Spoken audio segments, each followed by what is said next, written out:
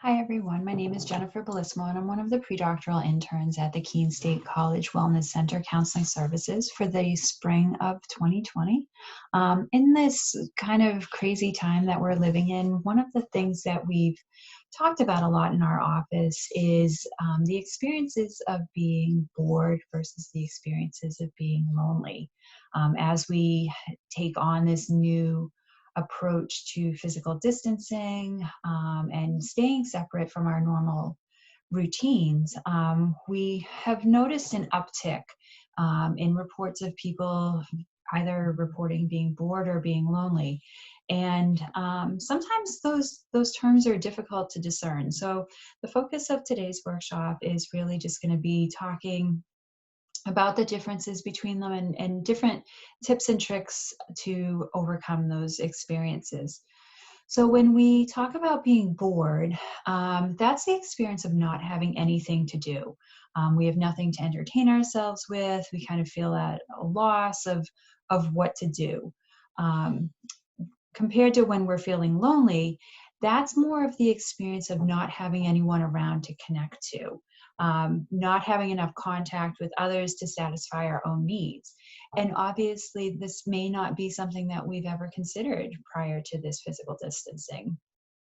um, we're naturally social human beings, even if we are, more shy and quiet, or if we're outgoing. A lot of times, we constantly are interacting with people, whether that's going to the store and buying something, whether that's, just walking out of our res halls or out of our, apartments and interacting with someone on the street or in the neighborhood. Um, Certainly on campus, we're always interacting with people, even if we're just walking by them. We're naturally just a species that connects with people and socializes in some way. So this is quite the adjustment to having rules put on us where, we're limited in what those social interactions look like. Um, and the biggest thing is when we are feeling lonely, um, we are alone, and being alone often comes with like less of a negative connotation to it than being lonely. People won't say I'm feeling lonely, they'll be like, I just feel so alone. And that sometimes um, creates that less negative feeling, but essentially what it is that we're just lacking that connection, and like that satisfies our own needs, and everyone's needs for connection vary on different levels. So a lot of times when we are feeling bored or are feeling lonely, these feelings can overlap, even though each is its own feeling in and of itself. So what we're tasked to do when we're experiencing these things is really investigate a little bit deeper into what our actual experience is. Are we looking for people to connect to, or are we specifically looking for something to do? And that's a good way when you are experiencing these feelings, is just kind of like evaluate, could it be that you're looking for something to do, whether or not that is with someone or not? Or is it more that you're looking to connect with someone? So, what are some ways that we can overcome these feelings of boredom and loneliness? So, one of the things that we are able to do, and recognizing that we've spent a lot of time on computers and talking to each other via computers or via text or anything like that, is arrange some time for connection with friends. And can you make it regular? If you're used to always going out on Friday nights with a particular group of people, is there a way to make that a regular thing? Can you keep it? Can you keep each meeting fresh with a theme or a purpose? Whether it's game night or whether it's dinner together, whether it's just getting together and celebrating some sort of accomplishment, the semester being over. Different things occurring in people's lives, birthdays, anniversaries, anything like that. What can you do and really put some intention into what that social connection is going to be like, and how you intend on spending that time. Again, it's a little bit more work than what we're normally used to, But that being said, it can definitely have some positive benefits. Additionally, find something new to explore, something new to do. That may be engaging in a new hobby. I know for myself, during this time, I've engaged in a lot of different creative processes, a lot of different, artistic outlets that I have never had an interest in prior to now. But in kind of seeing different things that have been posted on the internet, via social media or in talking with people, I've kind of tried a few different things, and some of them didn't work out and some of them did. So when I do find myself feeling bored or feeling down, I'm engaging in these new things, in these new activities, just as a way to kind of, keep me grounded, and allowing me to experience the feelings that I'm experiencing, will also just relieving some of that distress by engaging in an activity. Another thing is taking pictures of things around you. Right now, there's a lot of talk about how nature is different, how people are experiencing nature differently, how people are experiencing each other differently.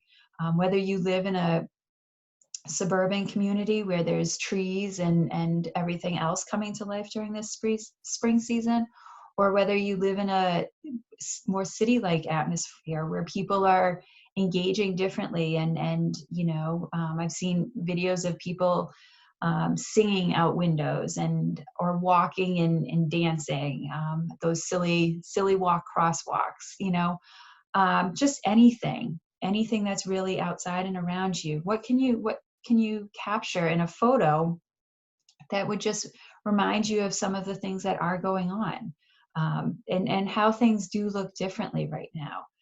That could be, recognizing that may be a struggle for people to recognize that their sense of normalcy has been lost. But at the same time, how have things changed? And this is your opportunity to document, through pictures, different things that you've noticed, different things that you've picked up on, and really created your own story to these times. And then another thing that you could do is, we always have talked about getting on track with a schedule, and really figuring out time management, especially during these times of online learning and all of that. That being said, we also need to give ourselves some grace and be kind to ourselves. And when we are experiencing boredom or loneliness, one of the things that can really be helpful is getting outside of that structure and taking some time for yourself, and just, even if it's 10 to 20 minutes, just to kind of hit that reset button and provide yourself with an opportunity to start fresh and not become too overwhelmed with those feelings of boredom and loneliness. It's kind of like stepping away, catching your breath, and then coming back to what you're experiencing. Additionally, this is also a great opportunity to explore what your future looks like. Recognizing that the best laid plans may not be happening. And, while you're taking a moment to grieve that loss, at the same time, really exploring what opportunities may you have never considered before. Are there things out there that this is kind of like sparked a new interest for you? And what can you do in the future? Then we always have those funny videos that we all seem to come across. A lot of social media outlets now have, different channels, different people posting very inspirational things, very funny things, very cute things. I hear a lot about how animal videos are vital to many people. And it's a great opportunity, and it can literally take just a couple minutes out of your day just to kind of like give you that sense of humor. Humor is an amazing thing during times when you're feeling bored or lonely. Additionally, know that throughout this semester and moving into the summer and the next semester, there's going to be different activities that are offered through Keene State. That's always going to be there. I haven't come across anyone on campus who doesn't want to do for the students and doesn't want to keep providing opportunities and activities. Again, keeping in mind that, you know, you're all on the computer all day doing your work and trying to navigate this new style of learning. But there are people out there who are putting together programs specifically addressed to all of the students and trying to meet their needs. And if there are things that you would love to see people do, reach out to someone you know, reach out to a you know, professor who you're familiar with, or reach out to, you know, anyone at the student center or anyone at the counseling center. And, you know, you don't have to get into a lot of conversation, but you know, maybe making a couple of suggestions of something that might be helpful for you during this time would be great for us to know. Another thing is, you know, recognizing that employment can be tough for people right now. Look into some volunteer opportunities and try to spread some kindness in your community or where you're living right now. You know, one small act of kindness can do amazing things for your mental health. It connects you to others. You feel good because you've been helping someone.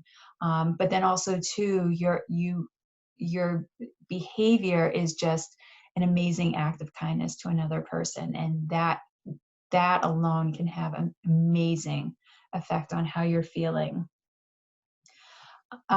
Recognizing that there's been a lot of change, and as time goes on, we don't know what that change is going to look like.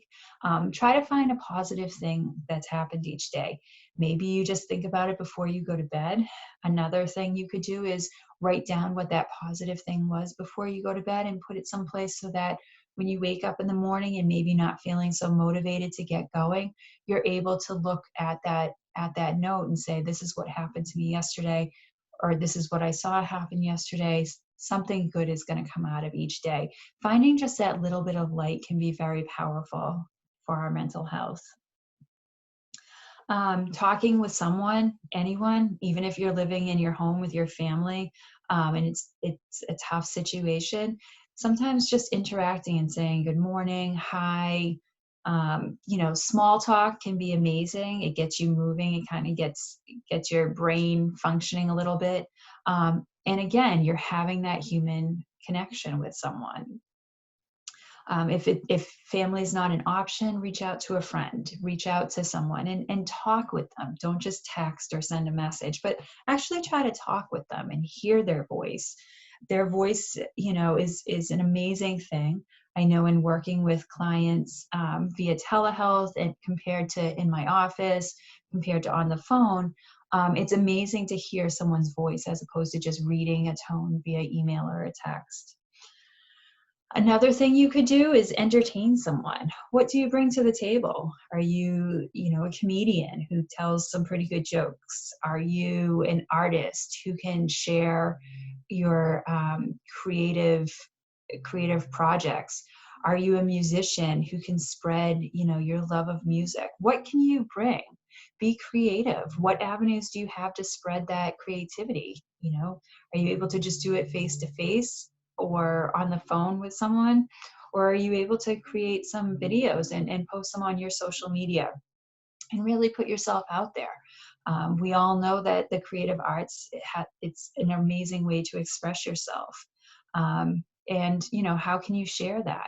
Do you write poetry? Do you write stories? You know, what can you do? It's completely open. And then finally, there's a lot of power, even when we're going through our own struggles, of connecting with someone that we're concerned about. Sometimes our own concerns for other people can really impact us in a way that's not always healthy. And connecting with someone who you are concerned about can be a very powerful thing. You know, and it kind of goes beyond that basic connection with other people. Connecting with that person, letting them know that you are concerned, being there, and really just kind of propping each other up, and having a conversation and checking in and you know, trying to share some good times and share some positivity with someone, you know, can make us feel better as well as help them feel better. So again, thank you for joining me. Today really was just a quick and brief talk about loneliness versus boredom. And it's something that we all kind of need to explore and figure out for ourselves, recognizing that everyone is different. But again, thank you for joining me. I wish you um, good health and safety over the next few months as we adjust to different things. And please take care of yourself. Bye.